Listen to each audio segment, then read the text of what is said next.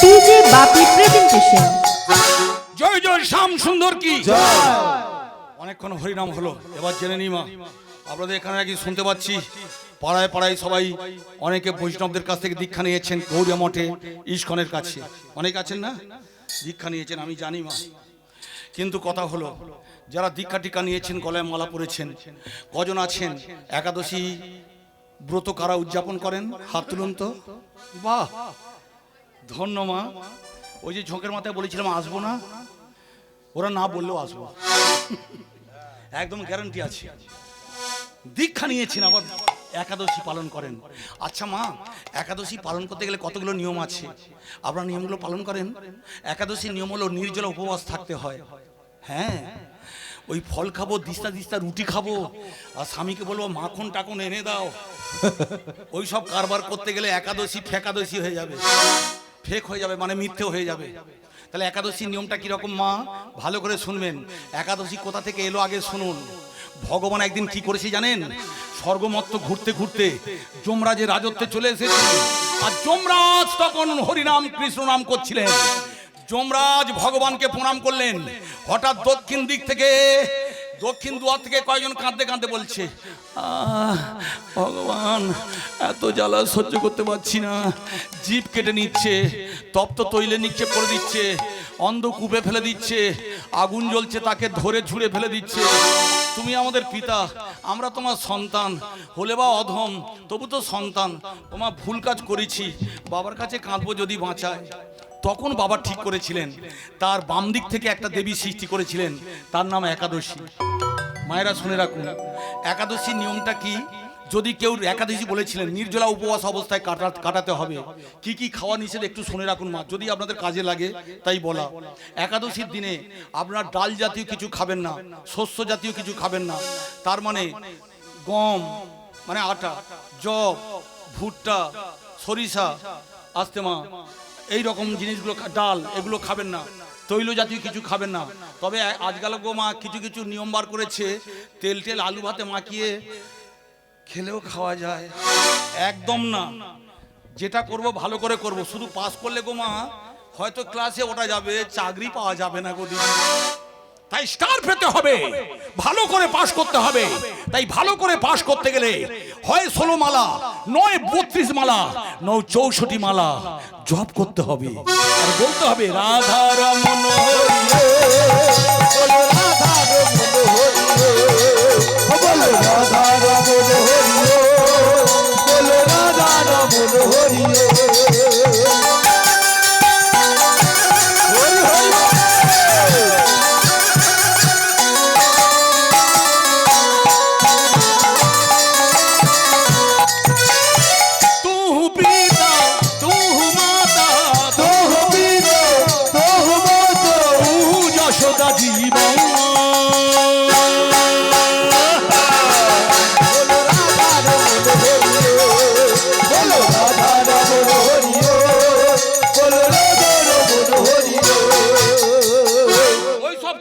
শস্যের মধ্যে কে থাকে?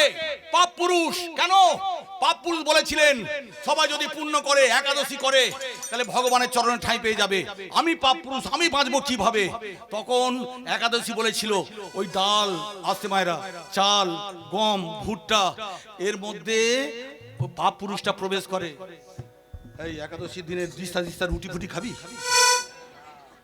মজা পেয়েছে, একাদশী হচ্ছে, আমাদের বউটাকে মেরে সোজা করে দিস, ফল কিনে কিনে হাল্লাক হয়ে যাচ্ছে। ওইসব করবেন না মা, একদম নির্জলা। আর আরেকটা কথা শুনুন, এই যে গান গাইছি না মা, কিছু মনে করবেন না মা, যতক্ষণ গান গাইবো আমার খিদের কথা মনে থাকবে? কি বলে বলো দিন একবার, যার মেয়ের বিয়ে তার 4-5 দিন যে দায়িত্ব নিয়েছেন, কিছু মনে করবেন না, উনি দাঁড়িয়ে আছেন, উনি ঠিক করে বলুন, এই যে উনি দায়িত্ব নিয়েছেন, যতক্ষণ না প্যান্ডেলের বাস খুলে চলে যাচ্ছে ভালো করে ঘুমাতে পারবেন? হ্যাঁ কি না বলুন? তাহলে বুঝতে পারছেন, যাদের দায়িত্ব আছে তারা খাই খাই করবে না। আর ওই যে মাসি মশা বসে আছে খাই খাই করছে, একাদশী এলে তো ভাবলো এতদিন আঙুর খাই না, বারুইপুরের পিয়ারা, এই রাক্ষসীদের দিয়ে একাদশী হবে না। ভক্তমণ্ডলী মায়েরা, এইভাবে একাদশী করছিলেন কে? আপনাদের অম্বরীশ মহারাজ। দুর্বাসা তার কাছে এসে বললে, আজকের একাদশীর আবার পারণ আছে, পারণটা ঠিক মতো করতে হয়। পারণের নিয়ম হলো কোনো সাধুগুরু বৈষ্ণব অথবা ভগবানের সেবা দিয়ে তবে সেই উচ্ছিষ্ট অন্ন মানে মহাপ্রসাদটা আপনি গ্রহণ করবেন। একাদশী শেষ করে আর বেশ করে 850 টাকা রেয়াজি খাসি, ওই যে আধার জিপার করছেন, কচু হবে কচু। ভালো করে শুনে রাখুন মায়েরা, এগুলো বাজে বাজে কথা, কিন্তু এগুলো না বলে তো আপনারা শুনবেন না। এতক্ষণ কেউ হাসছিল মা, যেই বলেছি খাসির মাংস অমনি ঘুমটা ভেঙে গেল। চাচাকে বলেছিলাম চাচা ডাল দেবো, বললে লা মাংস ল্যাসো। চাচারা এই জন্য বসে আছে। তাহলে ভক্তমণ্ডলী মায়ের আবার কি হলো, এই হলো একাদশী। সেই সময় বললে দাও আমার সেবার ব্যবস্থা করো। সেবার ব্যবস্থা করেছিলেন, বললে আমি স্নান করতে যাব। যমুনায় স্নান করতে গেলেন, আসতে দেরি করলেন। তখন সবাই বললে এই যে রাজা মহারাজ, হ্যাঁ অম্বরীশ রাজা, আপনি এক কাজ করুন, দ্বাদশীর পারণটা ঠিক মতো করতে হবে, আপনি একটু জল গ্রহণ করুন। বলে জল খেতে যাবেন, এমন সময় দুর্বাসা এসে বললে এই তুমি বৈষ্ণব, এই তুমি পরম বৈষ্ণব, জীবের লালসে যিনি এতি উতিতায়, শীর্ণধর পরায়ণ কৃষ্ণ কবু নাই পায়। জীব সামলাতে পারে না, কি করে খেয়ে থাকবা? কি বলছি বুঝতে পারছেন? যতক্ষণ হরিনাম গাইবে, পরপর 5 দিনে কেন হরিনাম গাইতে হয়? আমার পেটে খিদে আসবে না, এটা নিয়ম। মেয়ের বাবা যেদিন মেয়ের বিয়ে দেয়, না খেয়ে থাকতে হয়, তার খিদের কথা মনে থাকে না। আপনারা কি যে বলেন একাদশী খিদে পায়, ওই রকম একাদশী হয়। তা ভক্তমণ্ডলী মায়েরা তখন বললে আমাকে না সেবা দিয়ে তুমি সেবা নিচ্ছ। সঙ্গে সঙ্গে কি করলো জানেন ভক্তমণ্ডলী মায়েরা? দেরি করলেন না, মন্ত্র বলে, অলৌকিক ক্ষমতার বলে একটা মারাত্মক দৈত্য সৃষ্টি করলেন। শত বাহু, শত চক্ষু, এই রকম অগ্নিপিণ্ডের মতো ঝাঁপিয়ে পড়লো। বাঁচা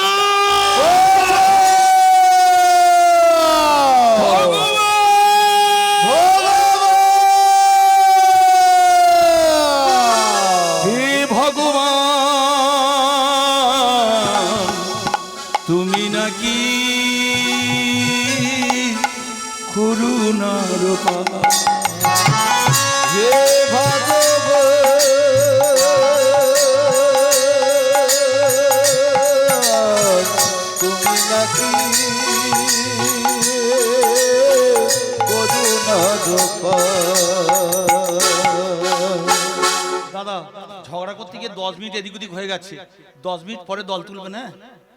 হ্যাঁ বলে নাও ভালো, ফের আবার ঝগড়া হয়। বলো যাওয়ার সময় অন্তত হাসি আসছে, যাওয়ার সময় হাসি মুখে যাবো। আস্তে আস্তে শুনুন না এবার কি ঘটনাটা ঘটলো। এবার ঘটনাটা ঘটলো কি, সঙ্গে সঙ্গে শত বাহু, শত সহস্র চোখ, অগ্নিপিণ্ডর মতো হয়ে দৈত্যটা আপনাদের অম্বরীশ রাজার ঘাড়ে বসে বললেন। সঙ্গে সঙ্গে আগুন দিয়ে জ্বালিয়ে দিচ্ছে। সে তখন ডাকছে ভগবান, মারবি রাখবি যা ইচ্ছা তোর, ভক্তের প্রতি আছে তব অধিকার। ভগবানের হাতে কি আছে? সুদর্শন চক্র। ওই সুদর্শন চক্র কাদের জন্য? ভক্তের জন্য। ভক্তকে কেউ যদি আঘাত করে, ভগবান সেই সুদর্শন চক্র ব্যবহার করেন। কিন্তু সেই সুদর্শন চক্রটা ভগবান বলেছিলেন ভক্তদের কাছে থাকবে, কিন্তু ভক্তরা বলেছিলেন ভগবান মারবি রাখবি চ ইচ্ছা তোহার, ভক্তের প্রতি আছে তব অধিকার। মারতে হয় তুমি মারবে, রাখতে হয় তুমি রাখবে, কোনো অস্ত্র ফস্ত্র নেব না। তাই যেসব বৈষ্ণব গোমা পকেটে বোমা নিয়ে ঘোরে, ওগুলো আচারে বৈষ্ণব।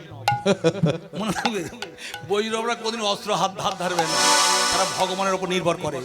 তখন সুদর্শন চক্র এসে ওই দৈত্য দানবটাকে টুকরো টুকরো করে নিক্ষেপ করে দিলেন। এবার বললে কিরে দুর্বাসা, তুই তো জানতিস, পর্ণমুনি বলে দিয়েছিল বৈষ্ণবের উপর আঘাত হলে তোর ক্ষতি হবে, ব্রহ্মা বিষ্ণু মহেশ্বর পর হয়ে যাবে, এবার তোকে কে বাঁচাবে? ভক্তমণ্ডলী মায়েরা, দুর্বাসা যখন বাঁচার জন্য দুর্বাসা চলে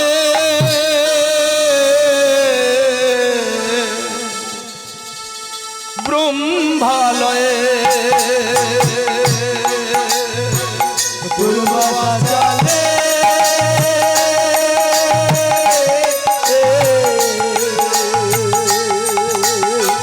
ব্রহ্মালয়ে,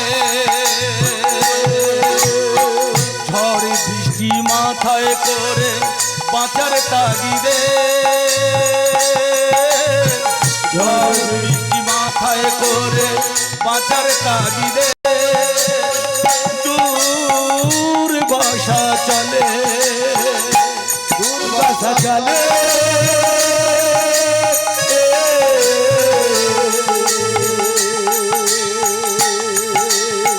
বাঁচা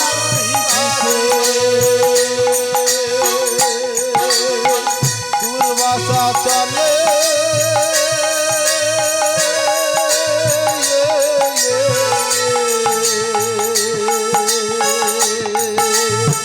বাঁচার তাগিদে। ভক্তমণ্ডলী মায়েরা, পাকিস্তান বিপদে বলে কার কাছে যায়? চীনের কাছে যায়। চীন বলছে যার সঙ্গে যা করিস করবি, ভারতের সঙ্গে দাদাগিরি করবি না। ওরা চাঁদে যন্ত্র পাঠিয়েছে, 5 অগ্নি তৈরি করেছে। একজন মাগো একটা ক্ষেপণাস্ত্র, এই কলকাতায় বসে টিপবো, চীন একার হরিবল হয়ে যাবে। আর লাগবে? সুদর্শন চক্র পিছনে আসছে, কোনো কায়দা কিছু করতে পারবে? তুমি কেন এসেছো? পিতা পিতা ব্রহ্মা, তুমি রক্ষা করো পিতা ব্রহ্মা, রক্ষা করো পিতা ব্রহ্মা, তুমি ছাড়া আছে কে বা? রক্ষা করো পিতা ব্রহ্মা, তুমি ছাড়া আছে কে বা? রক্ষা করো পিতা ব্রহ্মা। পিতা ব্রহ্মা তখন বললেন, না বুঝে না জেনে করেছো অপরাধ, করেছো অপরাধ তুমি। এই বিপদের হাত থেকে কি আর করিতে পারি? যারা জেনে শুনে অন্যায় করে গো মা, ও কালী পুজোয় কালো পাঁটা দিলে কাজ হবে না। মনে থাকবে, অন্যায় করেছেন, বোঝেননি, যাতা করেছেন, এখন সিঁদুর পড়লে কি হবে? আগে তো গন্ডগোল করেছেন আসতে, তাই কাজ হলো না। ভোলানাথ মহেশ্বরের কাছে গেছে, রক্ষা করো ভোলে বাবা, রক্ষা করো ভোলে বাবা, তুমি ছাড়া আছে কে বা? রক্ষা করো ভোলে বাবা, তুমি ছাড়া আছে কে বা? রক্ষা করো ভোলে বাবা। না জেনে না বুঝে করেছি অপরাধ, না জেনে না বুঝে করেছি অপরাধ, রক্ষা করো ভোলে বাবা, রক্ষা করো ভোলে বাবা। এবার ভোলানাথ মহেশ্বর বলছে কি? বৈষ্ণবের চরণা ভগবানের মন, বৈষ্ণবে চরণে ভগবানের মন, তোমার পতনের দুটি কারণ, তোমার পতনের দুটি কারণ। ভক্তমণ্ডলী মায়েরা, ভগবান বললেন বৈষ্ণবের চরণ আর ভগবানের মন, তোমার পতনের এ দুটো কারণ। তাই যারা বৈষ্ণবের চরণে অন্যায় অপরাধ করেছেন, আজ সময় দেবেন না, যত তাড়াতাড়ি পারেন তাদের কাছে অন্যায় স্বীকার করুন। তাই ভক্তমণ্ডলী মায়েরা, আমি আপনাদের দুয়ারে এসেছি। আপনারা ভক্ত, যদি আপনাদের শ্রীচরণে কোন রকম ভাবে অন্যায় অপরাধ করে থাকি মানে করেছি তো। আমি উত্তেজিত হয়ে কথা বলেছি না মা? ও দিদি, লোকটাকে বলো, হ্যাঁ ক্ষমা করো। বৈষ্ণবের চরণ আর ভগবানের মন, তোমার চরণের দুটি কারণ, তোমার চরণে দুটি কারণ। যাও এখান থেকে চলে যাও। তারপরে ভগবানের কাছে গেলেন। ভগবান বললে, সুদর্শন চক্র আমার হাত থেকে বেরিয়ে গেছে, আর আমার কিচ্ছু করার নেই। বন্দুকের গুলি মুখের ভাষা, যদি একবার বেরিয়ে যায় কিচ্ছু করার থাকে না। তাই যেখানে অপরাধ করেছেন সেখানে যান। তখন গোমা বৈষ্ণবের কাছে এলেন। বৈষ্ণবের কাছে এসে বললে, বৈষ্ণব, হে পরম বৈষ্ণব,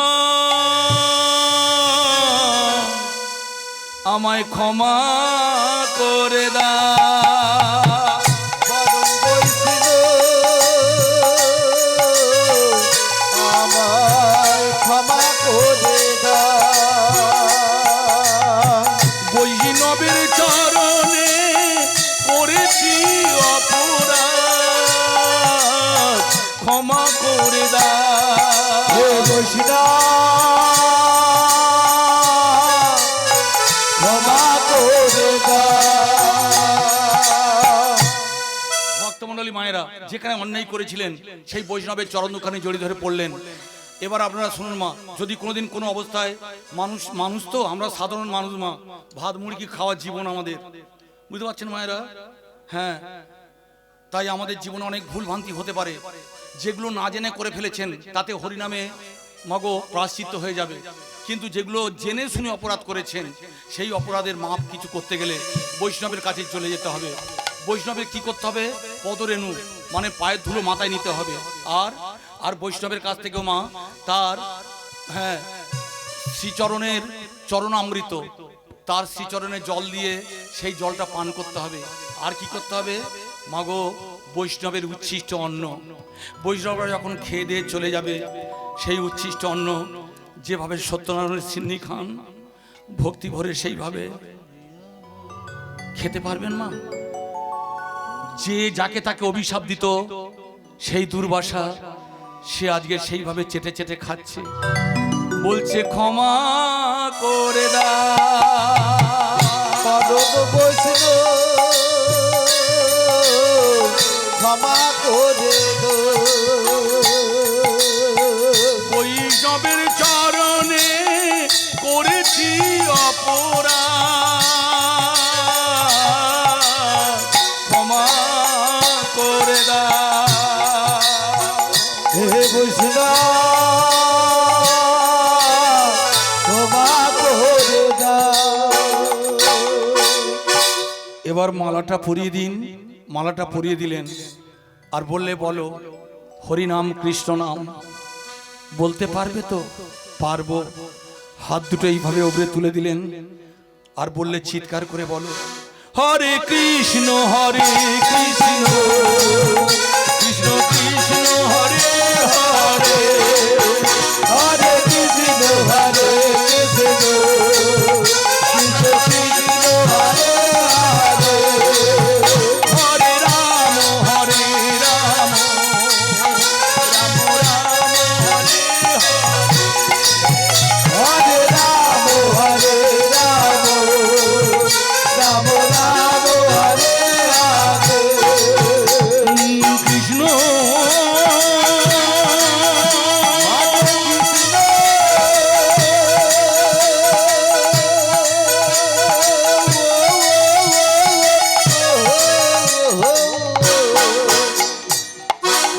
আবার কবে আসবো আমার জানা নেই মা, তবু একটা কথা বলে যাই, কালকে সকাল হলে যে দাদা দায়িত্ব নিয়েছে এদের কাছে একটু বুঝিয়ে বলবেন, আপনার কথা না আমার কথা, শুধু বলবেন সব কীর্তনে একবার সুশীলায়, বারবার নয়, বারবার বারবার বারবার বারবার বারবার বারবার আসবে না।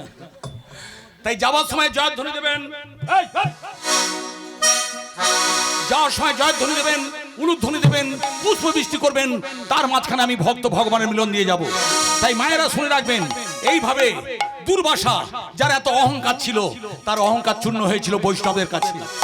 তাই বৈষ্ণবদের কোনোদিন কোনো অবস্থায় মান অপমান করবেন না। ভক্তমণ্ডলী মায়েরা, বৈষ্ণব সাধারণ মানুষের জীবনে আশীর্বাদ। ওই যে বলছে না, হ্যাঁ, তৃণাদবি শুনিচন তরুরূপী সৈজনা অমানিনে মানিত না কীর্তনিয়া সদা হরি। তার মানে বৈষ্ণবদের ভগবান সরাসরি বলছেন ওরাই ভগবান, ওরা আমার মতো সমান, ওরা হরি। তাই যাবার সময় জয়ধ্বনি উলুধ্বনি, এইখানে রহিল আমার লীলার মাধুরী, এইখানে রহিল আমার লীলার মাধুরী, আজ প্রেমানন্দে সবাই মিলে বলতে হরি হরি হরি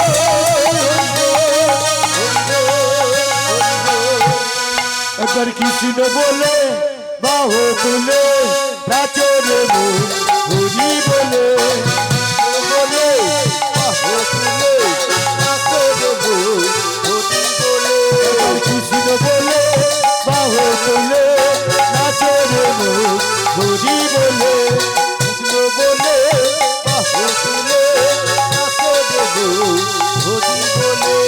চলো দূরে যাবে কৃষ্ণ প্রেম উদয় হবে, মনের গলে দূরে যাবে কৃষ্ণ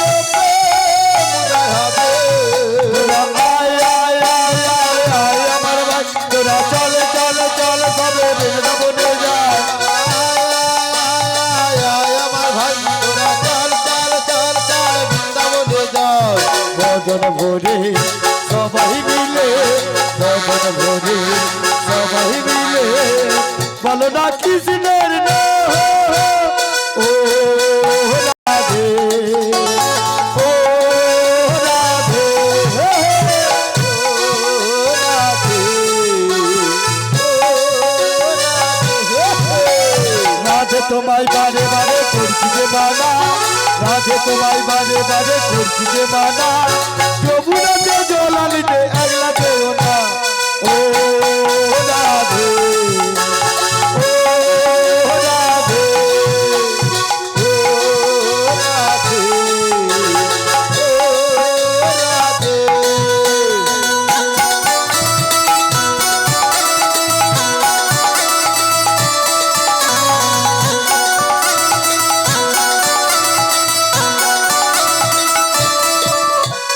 তোমার বাসি শ্যামের বাসি হলো যে বদলাম শ্যামের বাসি রায়ের বাসি হলো যে বদলাম তাই তো নগর বাসি গায়ে তোমার জয় গান ও রাধে ও রাধে হে হে, ও রাধে ও রাধে হে হে।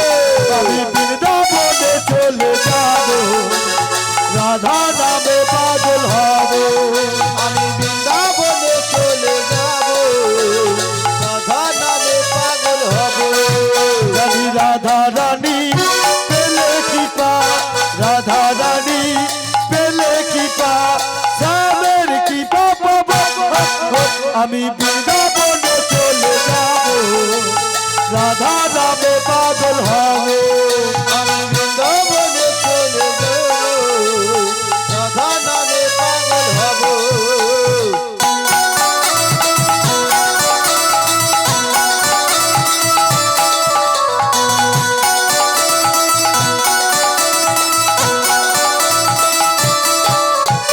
কষ্ট জ্বালা সয়ে রাধা কষ্ট জ্বালা সয়ে রাধা শ্যামকে বাঁচলো ভালো কালার মতন রাধা রানী রাধার মতন কালা চাঁদকে ভালোকে বাঁচলো বলো আমি বৃন্দাবনে চলে যাব রাধা নামে পাগল হব আমি বৃন্দাবনে চলে যাব রাধা নামে পাগল হব মোনালিসা কয় কৃষ্ণ ধনে মোনালিসা কয় কৃষ্ণ ধনে যদি হলো রাধা তার চরণে সারা জীবন তার চরণে সারা জীবন রাখবো জীবন বোধ আমি বৃন্দাবনে চলে যাব রাধা নামে পাগল হব